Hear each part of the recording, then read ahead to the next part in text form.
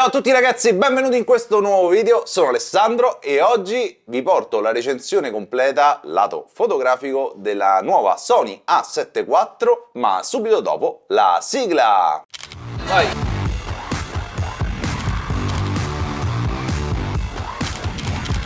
Ok ragazzi, ci siamo. Ho utilizzato questa camera per quasi 3 settimane, praticamente tutti i giorni, con vari set al giorno, e quindi già vi posso dire le mie impressioni di questa macchina. Chiaramente non sarà una recensione con molti dati tecnici, sarà altresì una recensione sul mio punto di vista su questa macchina fotografica. Come sapete tutti, vengo da Sony A7 III e questa A7 IV vi posso già dire che è assolutamente una bomba atomica. Partiamo quindi dal corpo macchina. Sul corpo macchina ci sono una infinità di tasti programmabili, un'infinità di ghiere programmabili, tante che sinceramente molte io non le utilizzo, non le ho neanche programmate perché non saprei cosa metterci sopra. L'impugnatura è fatta sicuramente molto meglio di A7 III, è più pronunciata, è più grossa e sicuramente in mano vi restituisce una sensazione molto più premium e la stessa risulta molto più ergonomica. Rimane il problema, almeno per le mani mie, che comunque non ho delle mani enormi, del mignolo, ovvero il mignolo non va a toccare da nessuna parte, quindi l'impugnatura è salda sì, ma di questa cosa ve ne parlo tra poco. Per quanto riguarda il peso della macchina è molto simile a 7.3 e per quanto riguarda le dimensioni della macchina sono anche quelle abbastanza simili. Quello che però cambia è ad esempio il monitor. Il monitor finalmente è flippabile in tutte le direzioni possibili ed immaginabili e questa cosa vi assicuro che mi aiuta tantissimo. Lato foto per avere inquadrature decisamente diverse. Come vi dicevo nel video unboxing, non sono il fotografo che si butta per terra per avere delle inquadrature diverse, ma avendo invece uno schermo di questo tipo posso mettere la macchina a terra, stare rannicchiato e guardare dal monitor. Quindi è sicuramente un'implementazione che io adoro, anche perché prima di avere A7 III avevo una Canon che aveva questo tipo di monitor e sinceramente io mi trovavo molto meglio con questo tipo di monitor flippabile da tutte le parti rispetto a quello di A7 III. Anche in questo momento che sto facendo un video di YouTube ho il monitor flippato, posso vedere la messa a fuoco e l'esposizione com'è e mi aiuta tantissimo perché non devo più andare a collegare un telefono Android da mettere sopra la macchina con tutti i cavi per potermi vedere eccetera eccetera. Quindi questo monitor è sicuramente approvatissimo. Altra cosa, cambia la risoluzione del monitor che è molto più alta, ma oltre ad essere più alta è molto più leggibile e i colori che andrete a vedere sul monitor sono molto più veritieri rispetto a quelli che avevamo in A7 III. Mi spiego meglio. Se facevo delle foto senza utilizzare i flash, diciamo che non avevo grossi problemi. Nel momento in cui utilizzavo il flash, che nel caso mio è il 99,9% degli shooting che faccio, io dal monitor della macchina fotografica, della 7 III intendo, non riuscivo mai a capire se l'esposizione fosse giusta o meno del soggetto, quindi dove andava a toccare la luce del flash. Questo perché le alte luci secondo me su quel monitor erano veramente gestite malissimo. Quindi per andare a capire se l'esposizione sul soggetto da parte del flash fosse giusta o meno, dovevo andare ogni volta a rivedere le foto dal mirino della macchina fotografica. Dallo schermo del mirino della macchina fotografica riuscivo tranquillamente a capire se fosse tutto ok o se dovevo andare a cambiare qualche parametro sul flash. Cosa che finalmente qui non succede. Su questo monitor vedrete assolutamente benissimo lo scatto come viene realizzato, tant'è che il primo shooting che ho fatto con questa macchina l'ho fatto sottoesposto praticamente quasi di uno stop. Tutto lo shooting, in tutti i set che ho fatto, erano tutti sottoesposti di uno stop. Questo perché sul monitor di A7 III, come vi dicevo, io la foto la vedevo praticamente sempre sovraesposta, sapendo però che il RAW era correttamente esposto. Qui invece vedete assolutamente il risultato praticamente finale della foto. Quindi sia il mirino che il monitor sono assolutamente una bomba. Per non parlare dell'autofocus continuo. Allora, io non ho mai avuto grossi problemi con Sony A7 III e questo ve lo dico già, aveva un autofocus veramente fantastico. Ad esempio su 1000 foto di Sony A7 III in condizioni di luce normali potevo avere tranquillamente 2 o 3 foto fuori fuoco, non di più. quindi non mi posso assolutamente lamentare dell'autofocus della 7 III, ma qui hanno fatto veramente un passo da giganti. Ad esempio, se andate a recuperare un qualsiasi video che ho qui su YouTube dove vi faccio vedere un prodotto, praticamente prendo il prodotto, lo metto davanti al viso, vedrete che c'è una parte tagliata. Questa parte tagliata è perché ci voleva un tempo X perché la 7 III mettesse a fuoco l'oggetto. Questa cosa non succede assolutamente più e adesso ve lo dimostro. Vedete quanto ci mette per mettere a fuoco un oggetto? Niente, è veramente velocissimo, non sbaglia un colpo e lo fa nell'arco di zero.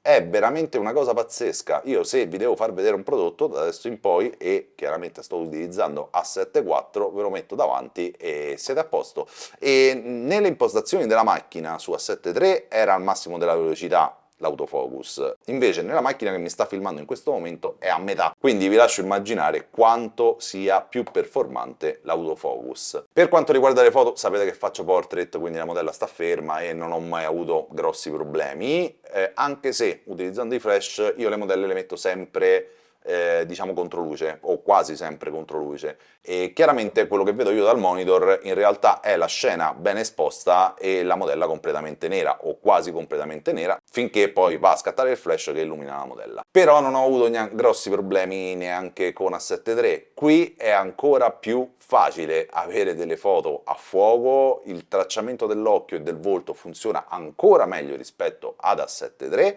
ma qui abbiamo una chicca, che sarebbe l'inseguimento, e adesso vi spiego come funziona. Quando A7 III non riusciva a trovare il volto o l'occhio di un soggetto, andavo sul display a tappare, usciva un quadratino sul volto, poi tramite il joypad andavo a metterlo dove volevo io e scattavo le mie fotografie. Chiaramente quel quadratino era fisso, quindi ogni volta che la modella si muoveva o io mi muovevo per comporre la scena, chiaramente dovevo andare poi a spostare quel quadratino. E qui no, qui c'è una tecnologia nuova, vado a mettere quel quadratino dove voglio io, quindi ad esempio sul volto della modella, ed io posso spostare sia la macchina fotografica sia si può spostare la modella e quel quadratino rimarrà sempre nel punto desiderato seguendo appunto il soggetto. Sì, lo so, il concetto forse non è espresso al massimo, ma vi faccio vedere una prova pratica così almeno capite assolutamente di cosa sto parlando. Questa nuova modalità mi aiuta veramente tantissimo, perché col dito vado a mettere a fuoco una qualsiasi cosa e quella cosa rimarrà sempre a fuoco,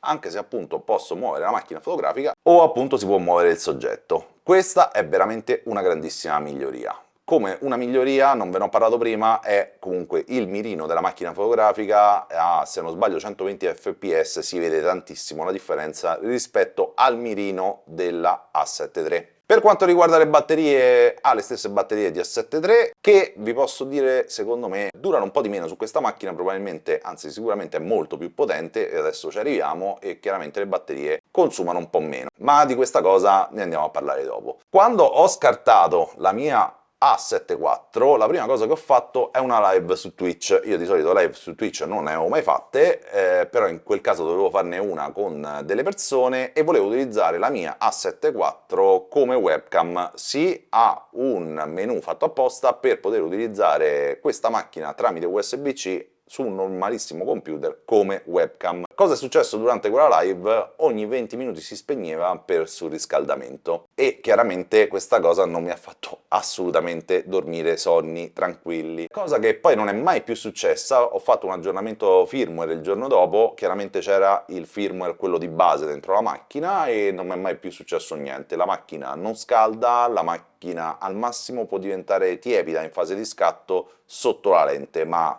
tiepida, non calda. Ho scoperto poi tra l'altro che nel menu c'è una funzione per non far spegnere la macchina anche se si dovesse surriscaldare. Io quel menu l'ho attivato, ma ho fatto delle prove, ho messo la macchina in 4K al massimo della risoluzione possibile con le mie schede, che non è la massima risoluzione possibile della macchina, è un po' sotto, perché ho delle SD che non permettono questo, e l'ho lasciata andare e dopo un'ora e mezza andava, non era calda. Quindi tranquillamente vi posso dire che questo problema di surriscaldamento è stato risolto da Sony con un aggiornamento firmware. Vi ripeto, la macchina nella parte sottostante la lente diventa leggermente tiepida, ma mai calda, e non vi darà nessun tipo di problema. Per quanto riguarda il sensore, abbiamo un sensore sensore da 33 megapixel rispetto a quello da 24 chiaramente vi fornirà delle foto più grandi, quindi potrete fare dei crop più importanti, e potrete utilizzare anche la funzione Super 35 per avere in una lente praticamente due lenti diverse, cosa che io però non utilizzo mai. Vi posso dire che una foto zoomata sicuramente è più grande, qualitativamente però non vi posso dire che il file è nettamente migliore di quello di A7 III, perché sinceramente da quello che ho potuto vedere i file sono molto simili. Ora, io ho venduto A7 III nello stesso giorno in cui è arrivata la 4, quindi non ho potuto fare la stessa foto con due macchine e metterle vicino per capire le differenze. Però l'A7 III è una macchina che utilizzo da anni e vi posso dire che il file finito, il file che vado a lavorare poi su Lightroom e Photoshop, secondo me è molto simile. Quindi se dovete andare a cambiare una macchina pensando di avere un file qualitativamente molto migliore di A7 III, vi direi forse di no. Un file più grande sì, un file molto dettagliato assolutamente sì, però vi dovessi dire che il file è completamente diverso da quello della 7.3, no ragazzi, io non vedo tutte queste differenze. Tra l'altro ho scoperto da poco, c'era anche su A7 III, ma io non l'ho mai utilizzato, la possibilità di avere il RAW compresso senza perdita di qualità. Io ho sempre utilizzato il RAW normale, quindi il RAW puro, e mi sono però reso conto che tra RAW normale e RAW compresso senza perdita di qualità veramente le differenze sono irrisorie, anzi io non ho visto nessuna differenza. Se siete dei fotografi che hanno dei problemi magari anche solo ad esporre la foto, quindi magari dovete recuperare 1, 2, 3, 4 stop, allora probabilmente questo discorso non fa per voi, continuate ad utilizzare il RAW normale che forse è la situazione migliore. Ma per chi fa uno scatto praticamente perfetto in camera, io per esempio vado ad alzare e abbassare l'esposizione di massimo 0,5, 0,10, una cosa del genere, il mio scatto è così già in camera, effettivamente non ho trovato nessuna differenza e questa cosa è una comodità veramente infinita,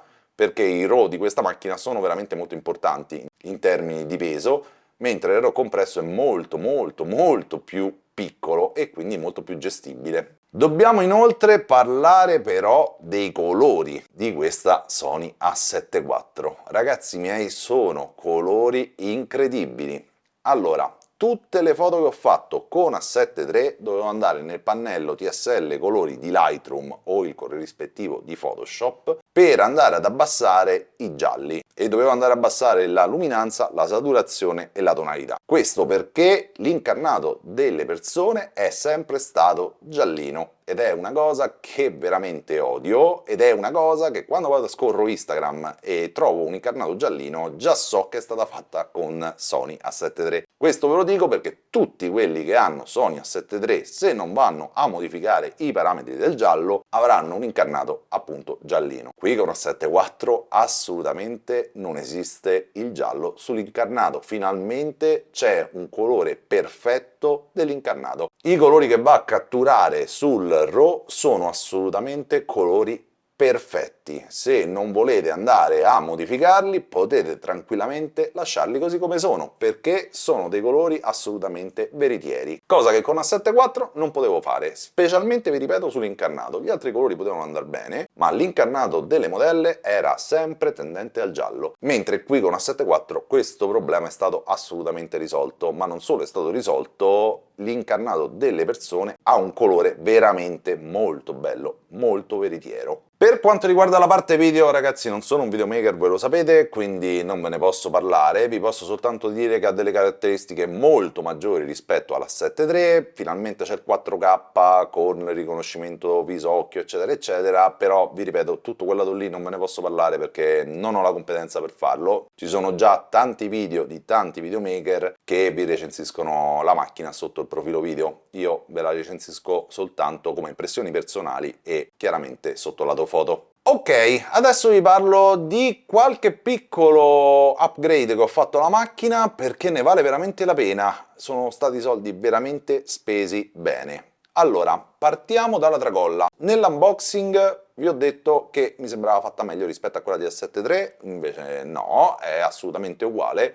E io ho sempre odiato la tracolla della Sony perché la trovavo troppo piccola rispetto a me, ovvero la macchina fotografica mi è sempre rimasta più o meno all'altezza stomaco, quindi quando camminavi andava a sbattere la macchina sullo stomaco e la tracolla era abbastanza corta, non potevo per esempio metterla di lato. Quindi mi sono detto, cosa posso comprare come tracolla? Ragazzi, ve l'ho fatta vedere prima, ho comprato questa tracolla che è veramente una bomba atomica. Allora, è della Peak Design, si chiama Slide Light e l'ho presa verde militare. Non riesco a capire perché in tanti anni non l'ho comprata prima. Costa una cinquantina di euro, chiaramente vi lascio qui sotto il link ad Amazon, e mi ha rivoluzionato veramente il modo di utilizzare la macchina. Sappiamo tutti che Peak Design ha questi affarini per i quali potete togliere e mettere la tracolla molto velocemente, e fin qui ok, ma io non sapevo fosse regolabile così tanto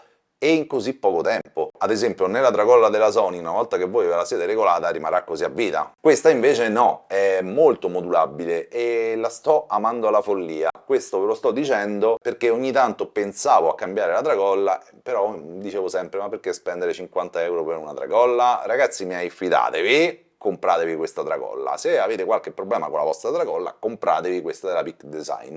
E ve lo dico perché vi cambierà di molto l'esperienza d'uso. Altra cosa che ho comprato è questo accessorio della Small Rig che rende la mia fotocamera veramente perfetta. L'ho pagato soltanto 39 euro su Amazon, chiaramente vi lascio anche questo giù in descrizione, e praticamente aggiunge un centimetro e mezzo alla macchina. Aggiungendo questo centimetro e mezzo fa sì che il grip della mia mano sulla macchina sia nettamente migliore rispetto a non averlo. Quindi il mio mignolo va in posizione, tutta la mano tiene la macchina e vi assicuro che avrete una sensazione assolutamente diversa. Era presente anche per A7 III e non so bene perché non l'ho comprato prima, ma essendoci passato, per esperienza personale, vi dico, se avete un'impugnatura che non vi piace, andate a comprare una cosa simile, tanto c'è per tutte le macchine fotografiche, costa poco, ma vi dà quel grip in più che aiuta veramente tanto, specialmente se avete lenti grosse e pesanti davanti alla macchina.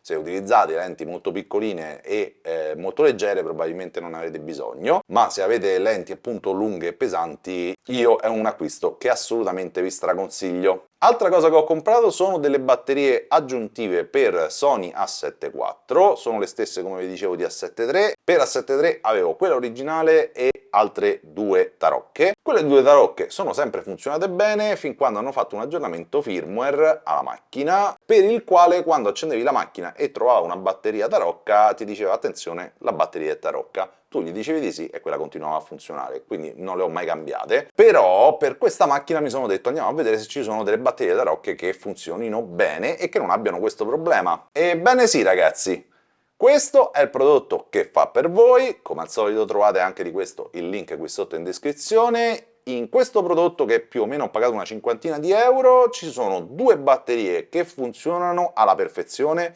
senza nessun tipo di messaggio d'errore da parte della macchina, con un caricabatteria che funziona anch'esso molto bene ed è dotato di display. Questo ci aiuta a caricare le batterie, nel senso che possiamo vedere a che punto è la carica della batteria stessa. Per quanto riguarda la durata di queste batterie è sicuramente un po' inferiore rispetto all'originale e secondo me è inferiore del 20% più o meno, però ragazzi per 50 euro avete due batterie più un caricabatterie a doppia slitta, quindi io vi straconsiglio questo tipo di batterie, mi ci sto trovando veramente da Dio. Probabilmente in futuro andrò a cambiare anche le SD che utilizzo, vi ricordo che io utilizzo le micro SD, quelle del telefono, però io non ho mai avuto problemi e adesso che ho scoperto il RAW non compresso, sinceramente non vedo la necessità di andare a comprare le altre, però vi volevo segnalare che nella 7.3 ci sono due slot SD, di cui uno è CF Express. Se siete un fotografo che utilizza la raffica, io assolutamente vi consiglierei di andare a comprare una CF Express, perché praticamente la raffica di questa macchina è veramente infinita, ed è infinita solo ed esclusivamente se avete dentro la macchina una CF Express. Quindi in quel caso lì assolutamente vi consiglierei di comprare la CF Express. Per il mio caso io la raffica non la utilizzo mai, anche perché scattando col flash non la posso utilizzare e sinceramente le schede di memoria che ho in questo momento vanno abbastanza bene. Comunque sto pensando di cambiarle. Ok ragazzi, la recensione può finire qui, penso di avervene parlato sotto tutti i punti di vista, quelli chiaramente fotografici, e vi ricordo non è una recensione con tanti dati tecnici, ma è una recensione sull'utilizzo di questa macchina. Non posso che straconsigliarvela, è una macchina veramente top. Vi posso dire una cosa però, se siete su A7 e siete indecisi su A7 diciamo che A7 in questo momento sull'usato sta sui 1000 euro. La macchina nuova ne costa 2,8, dovete spendere un bel po' per questa macchina. Se è una macchina che utilizzate tutti i giorni, se chiaramente lo utilizzate per lavoro e se avete un budget di quel tipo, io assolutamente vi consiglio di comprarla. Se invece la macchina la usate poco, se non fate shooting tutti i giorni, se non siete professionisti, probabilmente vi consiglierei di tenere anche con tutta la tranquillità la 7.3, perché fino a 2 settimane fa ce l'avevo e vi assicuro che le foto venivano bene ugualmente. Quindi con A7 abbiamo una macchina sicuramente molto più performante di A7 Altra cosa di cui non vi ho parlato è il menu. Sì, i menu sono cambiati, sono molto più semplici e intuitivi da utilizzare. Si possono utilizzare con lo schermo touch, finalmente, e il processore della macchina è molto più veloce, cioè se io ci mettevo 10 secondi per formattare una scheda, con la stessa scheda, con A7 adesso ci metterò 2 secondi, e così su tutta la parte del menu. Anche solo l'accensione e spegnimento è molto più rapido, in pratica tutta la macchina fotografica è più rapida. Ah, vi volevo segnalare un'altra cosa che la trovo veramente fantastica. Io utilizzo lenti fisse, quindi il 35 e l'85, veramente pochissime volte il 24, quindi mi trovo spesso a fare il cambio tra le due lenti e mi trovo spesso a farlo in ambienti all'aperto con polvere eccetera eccetera eccetera. Finalmente abbiamo lo shutter che si può chiudere, quindi se spegnete la macchina si chiudono le tendine e impediscono alla polvere di entrare. Dico finalmente perché questo tipo di funzione l'ho sempre voluta, mi raccomando state attenti ad utilizzare però questa funzione perché non può né prendere vento né prendere i raggi del sole, se no le tendine si rompono immediatamente, quindi occhio a questa funzione, però chiaramente la potete attivare o disattivare, quindi poi decidete voi, io per ora l'ho lasciata attiva. Va bene ragazzi, spero di avervi detto tutto quello che c'era da dire su questa recensione, magari in futuro farò anche un video update, ma al lato fotografico non posso che straconsigliarvela per il fuoco, per l'ergonomia, per la velocità, per tutta quella serie di ragioni